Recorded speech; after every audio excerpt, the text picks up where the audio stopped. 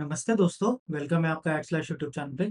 तो last video में हमने पैटर्न्स के कुछ क्वेश्चन करे थे। बेसिकली वो सारे के सारे स्टार पैटर्न्स थे। तो आज हम एक पैटर्न करने वाले हैं, जो एक नंबर पैटर्न है, ठीक है?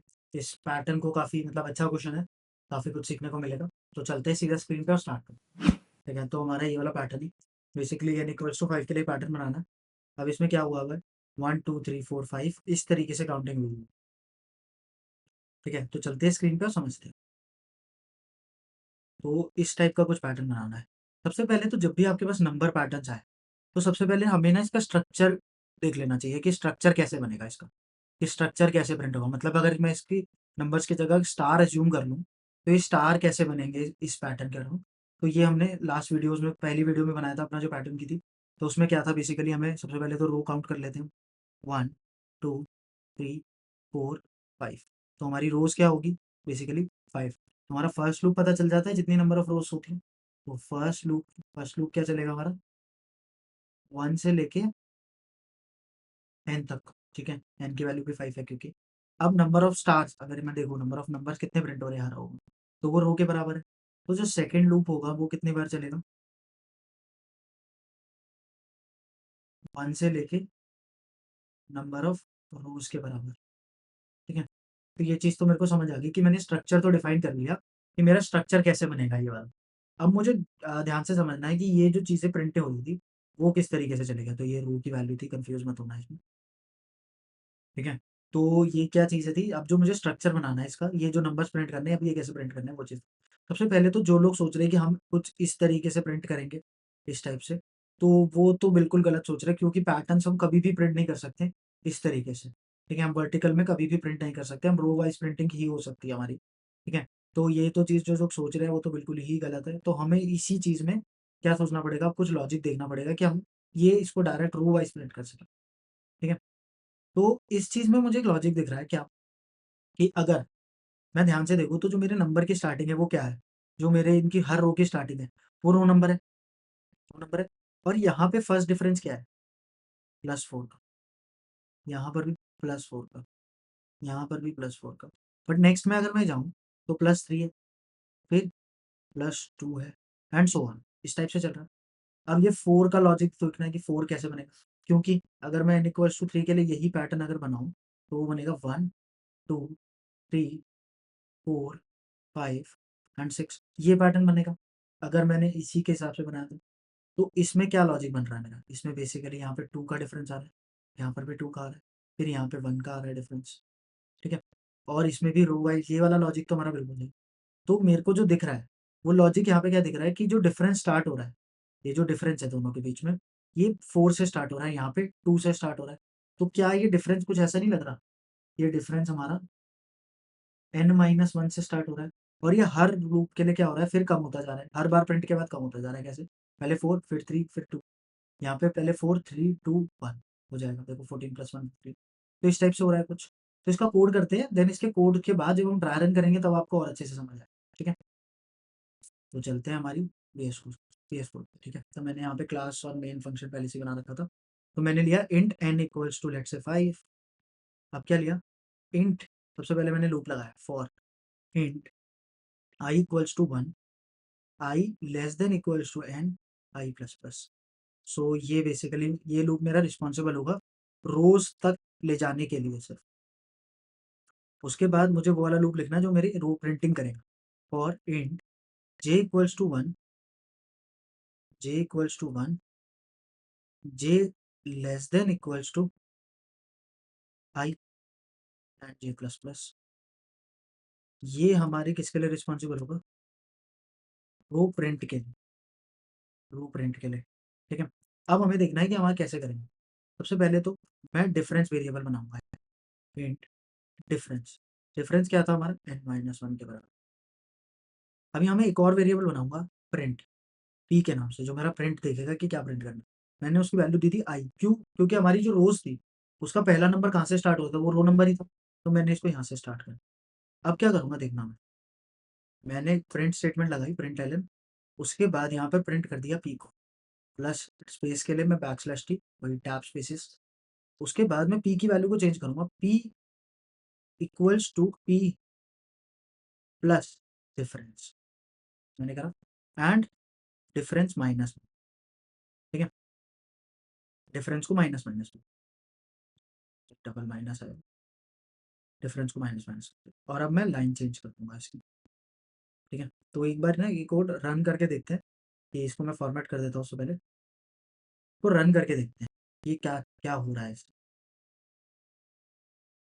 ठीक है, ये बिल्कुल सही प्रिंट कर रहा है। अगर मैं n की वैल्यू 3 के लिए करूँ, काट रहा है, तो अब भी ये बिल्कुल सही चल रहा है। और अगर n की वैल्यू 7 के लिए इसको रन करूँ, तो भी ये बिल्कुल सही चल रहा है। देखिए 1 2 3 4 5 6 7 8 9 10 11 12 13 एंड सो ऑन, ठीक है। तो अब ये कैसे चल पा रहा है ये वाला पार्ट, इसके लिए तो हमें ड्राई रन ही करना पड़ेगा, जिसके लिए हमें ड्राई रन के लिए कोड को लेके जाना पड़ेगा कहाँ पर, हमारी वाइट स्क्रीन पे। तो हमने यहाँ पर वाइट स्क्रीन पे ले आए हम इसको, और मैं इसको रब कर देता हूँ।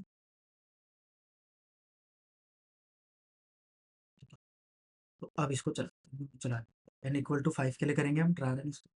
सबसे पहले n की वैल्यू 5 कर दी, ठीक है। अब क्या हुआ, i की वैल्यू 1 है, ठीक है, i की वैल्यू 1। तो एक डिफरेंस वेरिएबल बना, एक डिफरेंस वेरिएबल बना, n-1 की वैल्यू 4, 5 माइनस 1 4, डिफरेंस 4 हो गई। p की वैल्यू i के बराबर, i की वैल्यू अभी क्या है।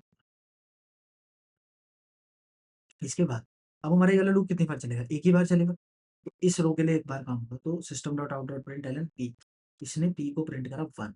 उसके बाद p प्लस डिफरेंस 4 प्लस 1 5 हो गया, 5 के बाद 5 में p की वैल्यू इसमें 5 आ गया, डिफरेंस माइनस 5, डिफरेंस वैल्यू, ठीक है। अब क्या होगा, ये लूप खत्म, बाहर आएगा, लाइन चेंज। उसके बाद क्या होगा, i की वैल्यू 2 होगी। अब जैसे ही आई की वैल्यू 2 हुई ना, ये डिफरेंस और जो p वेरिएबल है, ये दोबारा से इनिशियलाइज हो रहा है। अभी आपको समझ आएगा कि ऐसा क्यों इनिशियलाइज करा है मैंने, अंदर क्यों लिखा है इसको। तो यहाँ पे डिफरेंस फिर से क्या हो गया हमारा, n-1 दैट इज 4, और p की वैल्यू अब की बार क्या इनिशियलाइज हुई 2।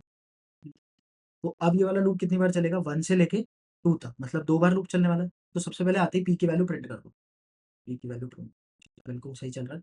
अब p प्लस डिफरेंस, डिफरेंस की वैल्यू 4 प्लस p 2 6, यहाँ पर आ गया 6, और डिफरेंस माइनस माइनस, डिफरेंस की वैल्यू 3। अब क्या हुआ, दोबारा से लूप चला, आई दूसरी बार चल रहा है, तो पी की अपने वैल्यू प्रिंट करेगा, पी ने 6 प्रिंट कर दिया। उसके बाद P plus difference, 6 plus difference 6 plus 3 9, तो ये 9 है। उसके बाद difference minus, difference minus minus मतलब डिफरेंस, ठीक है। अब क्या होगा, दोबारा से लाइन चेंज होगी, लाइन चेंज के बाद आई की वैल्यू 3, आई की वैल्यू हुई, आई की वैल्यू 3 होने के बाद क्या होगा, अब ये दोबारा से इनिशियलाइज हो रहे हैं, हर आइट्रेशन में ये दोबारा दोबारा इनिशियलाइज हो रहे हैं। तो मैं इसको, और इनकी जगह वैल्यू लिखते हैं दोबारा से, डिफरेंस फिर से 4 इनिशियलाइज हो गया, लेकिन पी की वैल्यू अब क्या होगी 3, 3 होगी। अब क्या होगा, टी प्रिंट हो जाएगा ऐसा, टी प्रिंट हुआ 3। अब ये 3 बार चलेगा ना लूप, तो पहली बार चल रहा है। अब P plus difference, difference 3 plus 4 7, में आ गया 7, डिफरेंस माइनस 1, डिफरेंस वैल्यू 3, ठीक है। दूसरी आइट्रेशन में चला, पी दोबारा से प्रिंट हो गया, पी की वैल्यू 7, 7 प्रिंट हो गई। 7 प्रिंट होने के बाद क्या हुआ, पी प्लस डिफरेंस 7 प्लस 3 10, तो पी करके 10 हो गया, और डिफरेंस फिर से माइनस 1, ठीक है। अब दोबारा आइट्रेशन में चला, तो यहाँ पे 10 प्रिंट हो गया, 10 प्रिंट होने के बाद पी प्लस डिफरेंस, डिफरेंस की वैल्यू 12, यहाँ पे मतलब पी की वैल्यू 12 हो गई, और डिफरेंस माइनस 1, ठीक है। अब क्या हुआ, ये लूप 3 ही बार चलना था, 3 बार चल चुका है, 3 प्रिंट हो चुके, लूप खत्म हो जाएगा। लाइन चेंज, लाइन चेंज के बाद आई की वैल्यू 4, 4 हो गई। इसके बाद अब ये फिर दोबारा आई इनिशियलाइज हो रहा है, ये दोनों आई की वैल्यू 4 हुई, उसके बाद ये दोबारा से इनिशियलाइज हो रही है दोनों वैल्यूज, तो हम दोबारा लिखते हैं इनको। तो डिफरेंस तो फिर से दोबारा n-1 ही है, तो डिफरेंस 4। अब क्या होगा, p की वैल्यू कहाँ से इनिशियलाइज हो गई हमारी 4, ठीक है। अब आते ही सबसे पहले क्या प्रिंट हुआ, 4, फिर p प्लस डिफरेंस, तो 4 प्लस 4 8, तो p की वैल्यू 8, और डिफरेंस माइनस 9, डिफरेंस की वैल्यू 3। तो अब क्या, दोबारा से अब दोबारा इटरेशन चली, तो p प्रिंट होगा, p की वैल्यू 8, अभी तक तो सब कुछ सही चल रहा है, ठीक है। अब क्या होगा, p प्लस डिफरेंस, तो 8 प्लस 3 11, ठीक है। उसके बाद डिफरेंस माइनस 9, डिफरेंस की वैल्यू 2 होने के बाद दोबारा से लूप चला, 11 प्रिंट हो गया, ठीक है। अब देख रहे होगे पैटर्न सही आता जा रहा है, 1 2 3 4 6 7 8 10 11, ठीक है। 11 प्रिंट होने के बाद क्या हुआ हमारा, p plus difference, 11 plus 2 13, difference minus minus difference, ठीक है। नेक्स्ट आइट्रेशन चली 4 बार चलेगा तो p प्रिंट हो, p की वैल्यू 13, उसके बाद p प्लस डिफरेंस 13 प्लस 1 14, 14 और डिफरेंस माइनस 1 डिफरेंस, ठीक है। बट ये 4 ही बार चलना था लूप, तो लूप खत्म, फिर से लाइन चेंज, लाइन चेंज के बाद i की वैल्यू क्या हो गई हमारी 5, i की वैल्यू 5 हो गई, ठीक है। अब क्या हुआ, दोबारा से इनिशियलाइज हो रहा है ये तो फिर से, ठीक है। दोबारा से मैंने इसको इनिशियलाइज कर दी दोनों वैल्यूज को, डिफरेंस की वैल्यू n माइनस 1 4, p की वैल्यू i वैल्यू, तो आती क्या हुआ, पहले i प्रिंट हो गई, प्रिंट होने के बाद p प्लस डिफरेंस, तो 5 प्लस 4 9, p की वैल्यू 9 हो गई, डिफरेंस माइनस 1, ठीक है। फिर दोबारा से क्या होगा, p की वैल्यू प्रिंट हुई 9, p plus difference 9 plus 5, sorry 9 plus 3 12, 12 और डिफरेंस माइनस 1, क्या प्रिंट होगा दोबारा से, 12 प्रिंट होगा, 12 प्रिंट होने के बाद p प्लस डिफरेंस 12 प्लस 2 14 और डिफरेंस माइनस 1, तो मैंने यहाँ पे कर दिया 14। अब क्योंकि ये लास्ट हुआ है तो इसमें 5 बार चलेगा, दोबारा चला लो, अब p प्लस डिफरेंस वाले पे 15 होगा और डिफरेंस माइनस 1 0, दोबारा से चला, p की वैल्यू प्रिंट हुई 15, नीचे आया p प्लस डिफरेंस, तो p की वैल्यू क्या है हमारी 15 प्लस डिफरेंस 0, तो ये 0 डिफरेंस, p की वैल्यू 15 ही रही, difference minus minus, difference minus 1 हो गया, इसके बाद लाइन चेंज हो गई, अब i की वैल्यू 6 हो नहीं पाएगी तो ये कोड यहीं रुक गया और इसी के साथ हमारा पैटर्न प्रिंट हो गया। सो होप सो आपको ये बहुत अच्छे से समझ आया होगा कि किस तरीके से हमने इस क्वेश्चन की अप्रोच बनाई, ठीक है।